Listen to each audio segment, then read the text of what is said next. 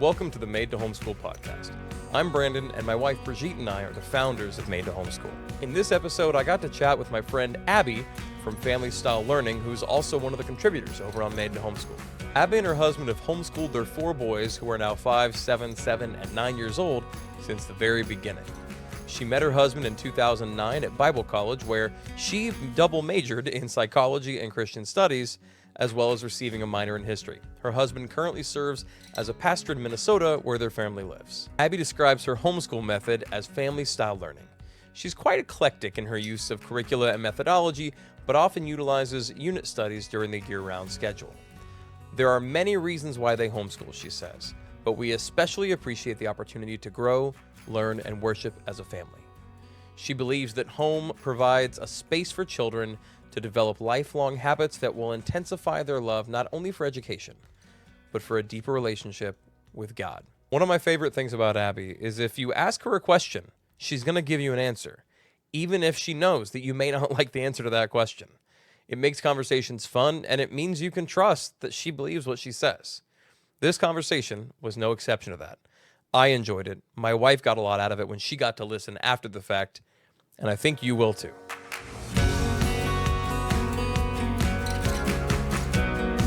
Abby, thank you so much just for making time for this today. I've been looking forward to it. I was super glad to see that you were actually interested in doing it. I've gotten the chance to know you over the last couple of years, and I'm super thankful that Brigitte and I get to have you guys, literally a couple, as friends and also as contributors on Made2Homeschool. I know you have super strong opinions on all the homeschool things, and so I'm super excited to dig into some of that. But I'd like to start, if it's cool, with just some basic, how did your family arrive at the decision to homeschool? What was that process like for you guys? Yeah. So my husband was not homeschooled. He went to public school. He loved public school. So the thought of homeschooling to him was just like, why would we do that to our kids? For myself, my family has a background with everything. I was homeschooled for a couple of years here and there. We traveled a lot. My siblings went to a Christian school. I graduated from a public school. And I really wanted to homeschool our kids. I saw a lot of value in that. And that desire continued to grow as my kids got closer to the school age. And then, so we talked about it, kind of decided that we would start. I probably couldn't screw up preschool and kindergarten too much. And so I would have that opportunity to just test it out. And I just loved it. I loved it. My husband saw the value in it. He loved it. We loved that he could see the kids when he's home. He works a lot of nights and weekends. And so the kids were home when he was home. We could travel together during the week. There were just so many benefits that it became so obvious that this was what was right for our family. And there was no way we were going to send them to public school. So I know already, because your channel's name is Family Style Learning. And so I know what your educational approach is. But I'd really love to know a little bit, and I think it would be valuable for people to hear, 1, what is that? Okay. 2, how did you arrive at that? Was there a journey? Did you take detours to find it? And how did you know, this is the way I want to do this with my kids? Yeah. So when we started homeschooling, I think we did what typically most people do with looking at box curriculums, looking at very textbook, all laid out for you. This is what you have to do to educate your children. And one of my friends kind of started talking about unit study approach. And I was following Homeschool on YouTube, Rebecca Spooner, and she was starting a unit study approach curriculum. And so we kind of gave that a try, and I fell in love with it. It was so much fun. I love learning, and I love teaching my kids how to learn, and I want to see them enjoy learning. And this was a way that all of our family could learn together, myself included, my husband when he's around. We could just grab something that we're interested in and then incorporate all of our learning into that. That's unit study. And that's kind of what we do as family style too. We don't always do unit studies. Sometimes my kids take even their own approach, but we try to combine things like science and history, and we learn those as a family. And then sometimes those are in units, sometimes they're separate. But a lot of it's even family culture. So our math is from Life of Fred, which is the story approach to math. And all of my kids have used this story approach to math. And so Fred has become part of like the culture in our house. We talk about these stories.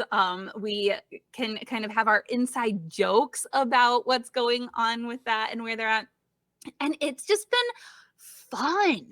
And we get to work together as a family in all of these different areas. And yeah, that's just the approach that we've taken, how we kind of got there. Do you have any questions about that? I don't know. Did I explain that well?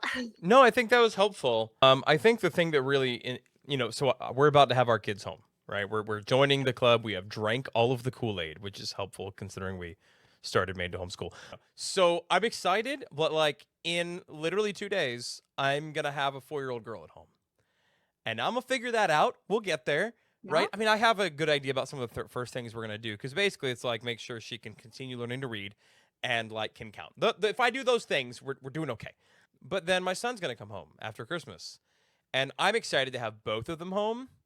And so when you talk about family style learning, it's super intriguing to me. I love the idea, but then I'm like, well, I definitely will do things differently with him than with a 4-year-old. And I know you do, but it's something that I'm definitely going to have more questions about. And I think that there are people who are out there, especially newer to the homeschool world, who would go, I love the idea of that. I just want to figure out how to practically do it. So I love that you are a great resource for that, Abby. So I hope so, because it is capable with all ages also. And there are curriculums to help guide you through that, that go from like your preschool ages to your 12th grade, all learning about that same subject, but at different depths and levels, right? But then the little ones don't feel left out. Parents don't feel pulled in 100 directions, right? Like this kid is studying the human body. This kid is studying rocks. This kid is studying something else, weather. And you just feel like this is impossible. But instead, if we're all studying weather, but at different levels, it's so much more manageable, and it is really unifying. And I've even found that like the memories that are built into that, or like, remember when we were studying that together? It's so fun. Yeah, there was something that came up the other day. Oh, we're reading at night. We just finished last night, actually, the first book of this series of like young children's fantasy books that are based on like Welsh myths and stuff. Okay. And it's like a fun, young boy becomes a hero stuff, right? Yeah. And we're reading it at night, and one of the characters is a bard who every time he tells a tall tale or a lie, he stretches the truth. One of his harp strings breaks, right? And we caught our son the other day in this, let's say, embellishment of the truth, Sure. as a child does. And my wife turned around and said, Benjamin, did I just hear a harp string break? And it was like, oh, this thing that we absorbed together. He laughed and he's like, yes, mommy, but this thing that we learned together as That's a right. cultural reference for our family became part of like how we communicate. That is Yes. so exciting to me. And I bet you have moments like that all the time. All the time. Yeah. All the time. And it is, it's so great. But when you send your kids off to learn separately and individually and away from home even, you miss out on so many of those opportunities. Yeah. So we're excited about that. I'm glad we have you as a friend to ask questions of.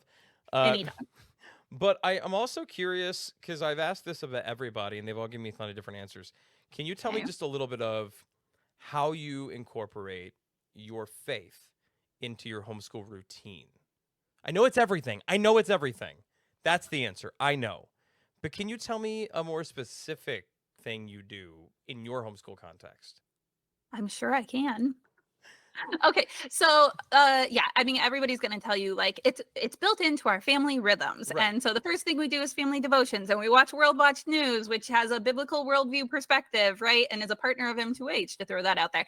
I mean, keeping it well, this has to do with your family purpose and what you are aiming for, right? So we try really hard to filter everything we bring into our house and everything that we use through like, is this going to help us in our priorities of what we want for our family, right? And so there are great curriculums, and I would say that's probably something I am really particular about, is the curriculum that we use, the foundation, like where that curriculum is coming from. Are they incorporating God? Are they showing how God made and his intention behind everything and his order, and just making sure that we're really using quality things that continually point us back to God. You know, you mentioned kind of your purpose as a family. I know that purpose statements, mission, vision, like where your family's going is a passion point for you, and you're doing a workshop on that soon. Yeah. Yeah, so December 18th, I'll be doing a workshop on creating a family vision statement, or a unified purpose is how I probably prefer to call it, just so that people don't get all tangled up in words. But I think that's so important, and I've kind of alluded to it in some of our previous conversation here. But currently in our society, and what we're seeing is families so divided all day long. Like, you wake up, you're in a rush, you send your kids off to school, the husband goes off to work, maybe the wife goes off to work, or she has her own things, volunteer, whatever's going on. And then when everybody comes home, they're tired, they're hungry, they're crabby, they probably have more projects still to work on or to do, or their own interests to pursue, and they aren't unified as a family. And I think when we look into the core problems of our society, one, we're a lost people group, right? Like we're all sinners, but then we're so divided even within our own houses. And that was not God's intent for the family at all. And so homeschooling really provides this way of bringing the family home. But not just that, we still have to be intentional about where our family is going and having. Okay, so I know, Brandon, you've done premarital counseling before. My husband and I do premarital counseling with families. And the first thing you say to them, probably somewhere in there, like marriage advice, is communicate and set expectations. Communicate about expectations. That's not different for your kids. Your kids need to know, why are we homeschooling you? What is our purpose? What is our hope and our outcome? But not just for those little things, but for the big thing. What is God's purpose for our family as a family? Because God, yes, you and your husband came together, but it wasn't an accident that your children were born into your family. And while they're under your roof, you're all under the same purpose. So what is that? And then using that to filter everything through, it really helps with decision fatigue. It helps with saying no to good things. There's just so much value in that. So yeah, when I talk about family style, honestly, it does go into this whole thing of just like making sure that we are unified and having that. So I'll be talking about that on the December 18th workshop in Made2Homeschool, and how to create that unified purpose. But then beyond that, I'm really excited because next year, starting in January, Thursday, not every Thursday, the first Thursday of every month, I'm going to dig into that deeper. What is biblical motherhood? What is, how do you create that vision or mission statement for your homeschool? How do you create that for not having a divided heart when you work outside the house, but you still have this heart on the family vision as well? And so we're going to be tackling that throughout the next year. And I'm so excited to get to talk with people one-on-one to continue developing that, because our family mission statement is developing biblical families that can finish the race strong. And that's where our heart is. And so I love that the platform of M2H gives me that ability to have those connections with people and to try to do that a little bit deeper.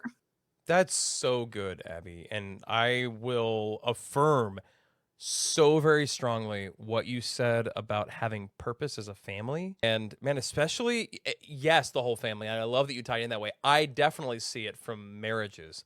I've done the premarital thing, and I've done a lot of marriage on the rocks kind of stuff as well. And the common denominator, there are a few, but in marriages that fall apart.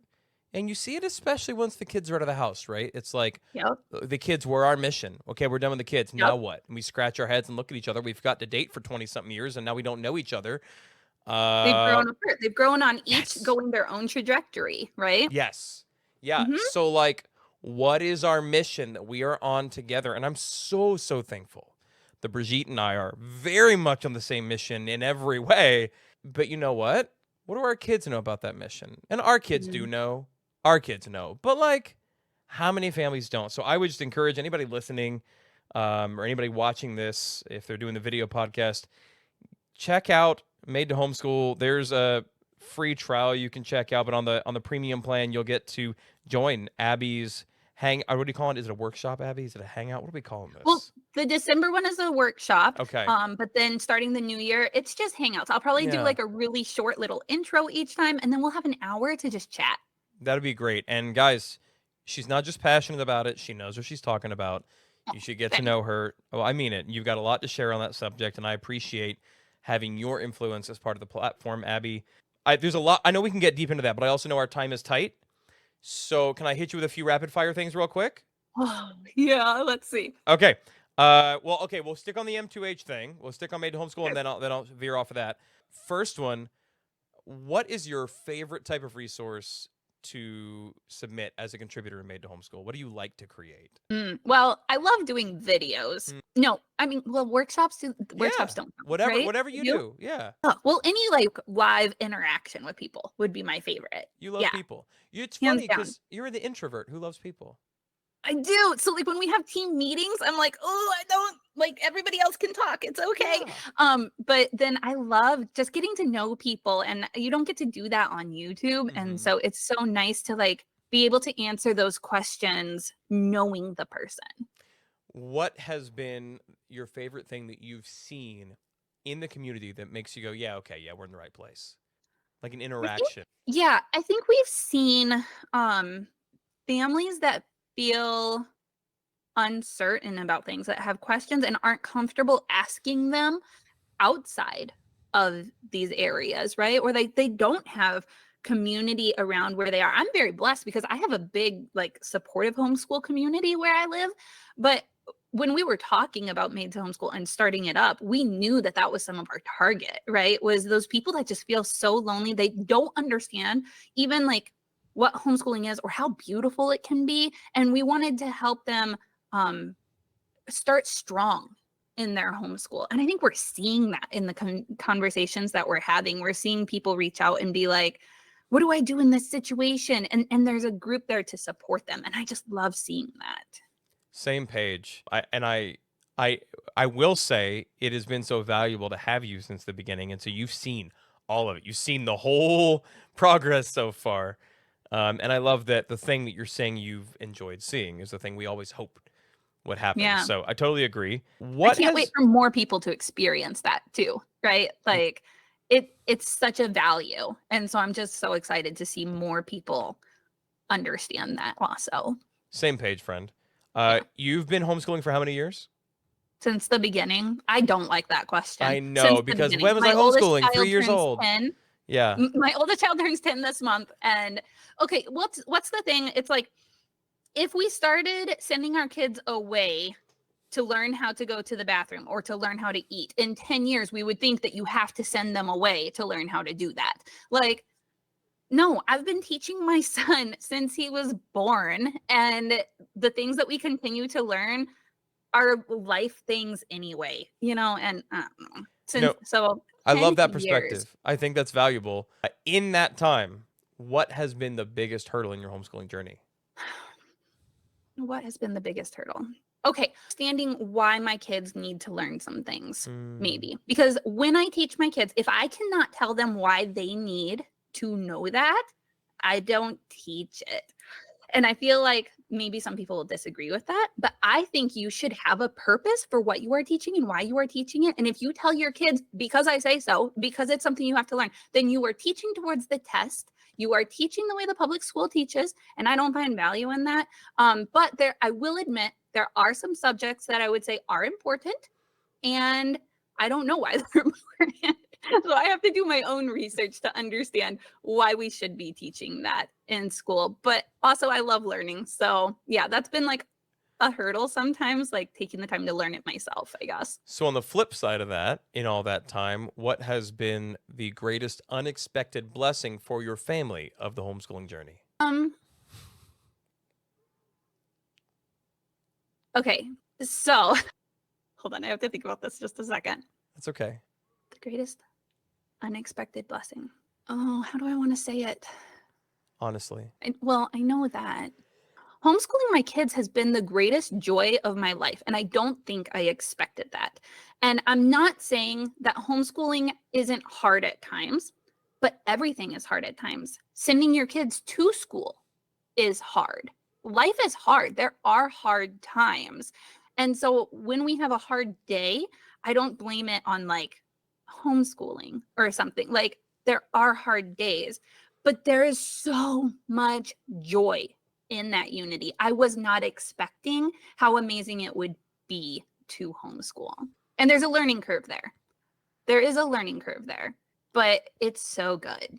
Abby, what is your greatest hot take or unpopular opinion about homeschooling?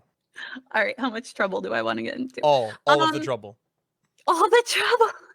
Okay, my hot take is probably that just because a curriculum says that it's Christian doesn't mean it is. And especially if it is teaching faith, you really should dive deep into that to see if that curriculum is teaching the same faith that you believe. And then you should stick with your convictions on that. On that curriculum. That's solid. That's a good word. Test the spirits, if you will. Abby, what am I not asking you about that you think I should be? Okay. There's actually something coming up on my channel that I'm really excited about.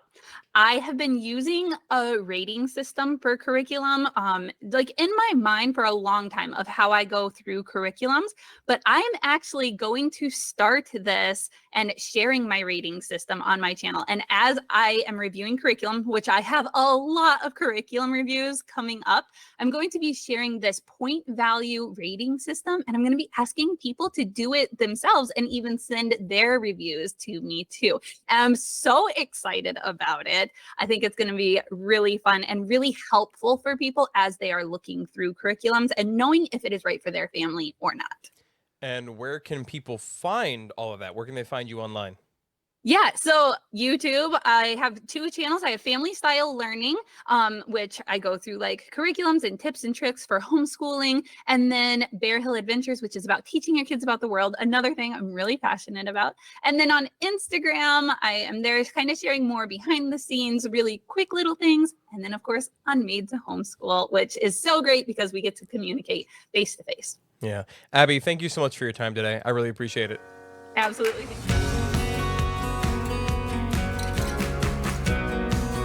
So as much as we can, we're going to try, when Brigitte can't join us for the actual interview, to get her thoughts on the tail end after she gets to kind of review the conversation I had with the guest. So, baby, what were your thoughts after listening to that conversation I had with Abby earlier?